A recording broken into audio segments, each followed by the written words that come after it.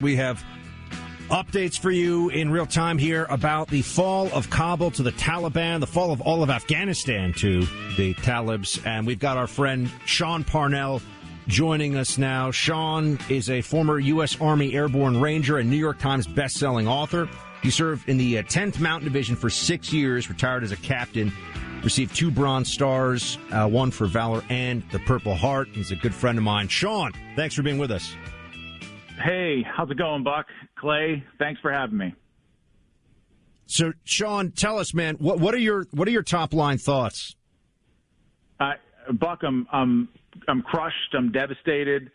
20 years in Afghanistan, so much blood spilled on that soil. You know, actually, as you know, served there. I was wounded there. Watched my men do amazing things there. You know, gave the Afghans a real shot at freedom, only to have it squandered with a disastrous exit strategy from Joe Biden. What strikes me the most, I think what concerns me the most, is that he seems wholly unengaged. I mean, just put it simply, right? Here's the situation in Afghanistan right now. Afghanistan has fallen. There are still thousands of Americans trapped behind enemy lines in Kabul, and the President of the United States, as of this moment, is still missing in action. I mean, he's addressing the nation at 3:45, but it's taken him 6 days to even communicate anything about this crisis to the American people. My God, what a slap in the face to everybody that served in Afghanistan, every family member that knows someone who served in Afghanistan, or God forbid, family members who lost someone there. It's just an absolute tragedy, one strategic blunder after the next, Buck. And it's hard to wrap my mind around or just put words to how terrible the situation is. Sean, thanks for coming on. What happens now? We have now the idea of a completely run country by the Taliban. We're out. Is this a danger zone now for al-Qaeda or a successor terrorist organization to once again rise and begin to plot against American and Western interests? Well, the answer to that question is yes. But I will say that we're not out yet. And one of the things that we need to focus on, what we need to be singularly focused on is how do we get American citizens out of Afghanistan safely along with our allies. And I'll tell you this, ceding Bagram Air Base is one of the greatest strategic blunders in the last century here for America. That is one of the few air bases in Afghanistan where you can secure and evacuate people. One of the few landing strips you can actually land a commercial airliner. There are only a couple of others. The Taliban control all of them. And so let's get our people out there. Let's figure out a way to vet refugees and bring them back here safely and engage our allies so that they can maybe take up this cause and help us. But it's almost too late for anything else in Afghanistan. And it just absolutely disgusts me that in Joe Biden's first statement, he found a way to blame President Trump. And as someone who's commanded soldiers and led soldiers in combat, commanders are responsible for everything that happens or fails to happen under their command. Joe Biden is the commander-in-chief. Joe Biden owns this tragedy in Afghanistan, and he's getting hit from both sides of the aisle on it as well. So it's just heartbreaking to me to see what's happening to American citizens in Afghanistan and our allies who fought so hard to keep that country safe. We're speaking to Sean Parnell. He's a former Army Airborne Ranger and New York Times bestselling author of Outlaw Platoon. Sean, it's interesting because so many veterans that I speak to feel like the decision to leave, because remember, Trump did put us on a pathway to leaving. There was the negotiation with the Taliban, and now the decision has been made and the execution of that by Joe Biden. But I've spoken to many veterans who say they wanted us to leave, but they didn't want it to be done in this way. And I wanted to pose that to you because I think that some people say, well, you can't criticize what's going on right now with the people running onto the tarmac at Kabul Kabul Airport, and not be in favor of the continued presence, the so-called forever war. How do you separate those two issues of ending the war but ending it the right way? I'm so glad that you brought that up because it's such an important point. We spent 20 years in Afghanistan. I just turned 40 in July. We spent over half of my adult life in that country. It was definitely time to come home. And as you mentioned, you talked to 9 out of 10 veterans will tell you, yeah, it was time to come home, but just not like this. And there are so many differences, vast differences between the Biden plan and the Trump withdrawal plan. Trump was engaged with regional leaders. Joe Biden hasn't even talked to the prime minister of Pakistan since 7 months of being in office.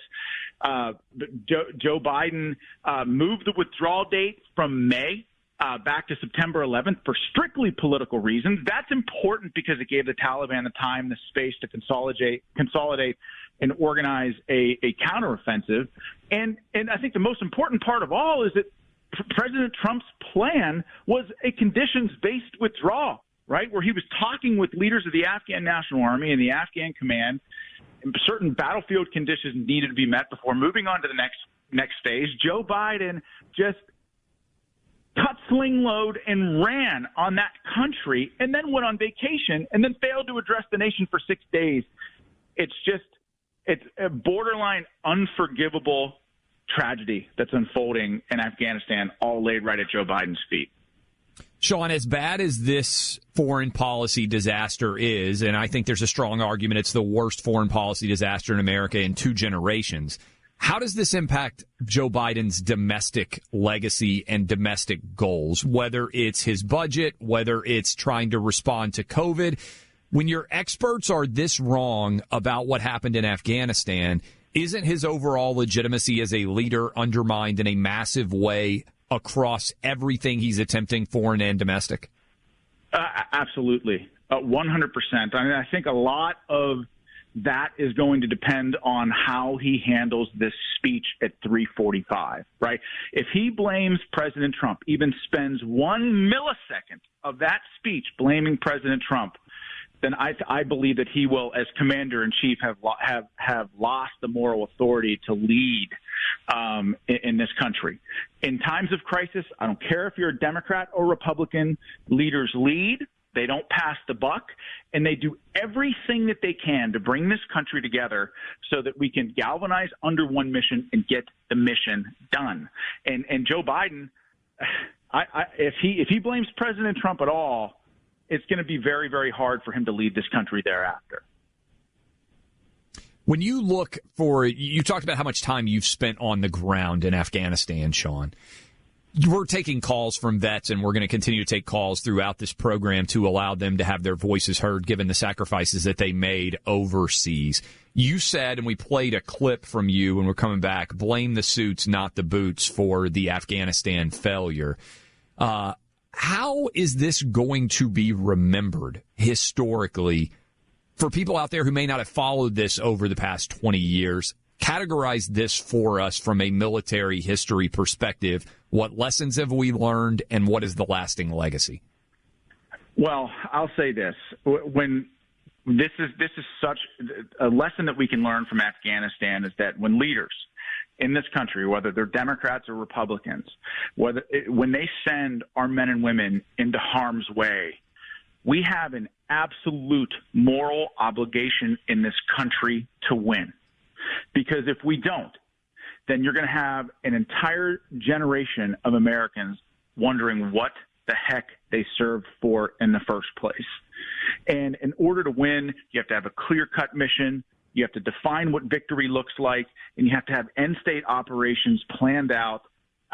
Truthfully, I think we need to get back to declaring war in this country. We haven't declared war since World War II.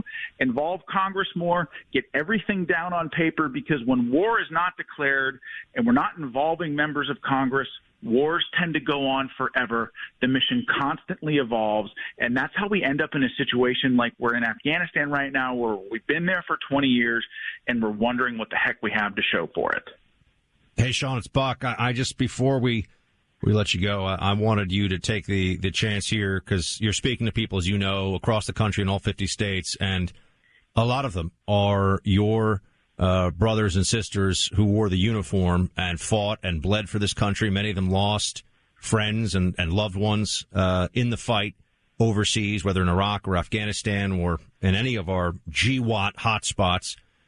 What do you want to say to those, particularly those who served in Afghanistan on this occasion, those who carried arms in the name of their nation over there? What do you want to say to them? Yeah, I want to tell you all that you served Afghanistan. You gave the people of that country a shot to be free. You built schools for children. You helped little girls learn how to read. You built wells in villages and brought humanitarian assistance to people. You defeated the enemies of America at every turn. You were part of the greatest benevolent superpower the world has ever known. At your core, you're a protector. Your service was worth it. You changed lives on the battlefield in Afghanistan. You made this country safer. You removed some of the worst terrorists the world has ever known. You accomplished every military mission set before you. The suits need to be blamed for this, not the boots, but we're proud of your service. America's proud of you. You should be proud too.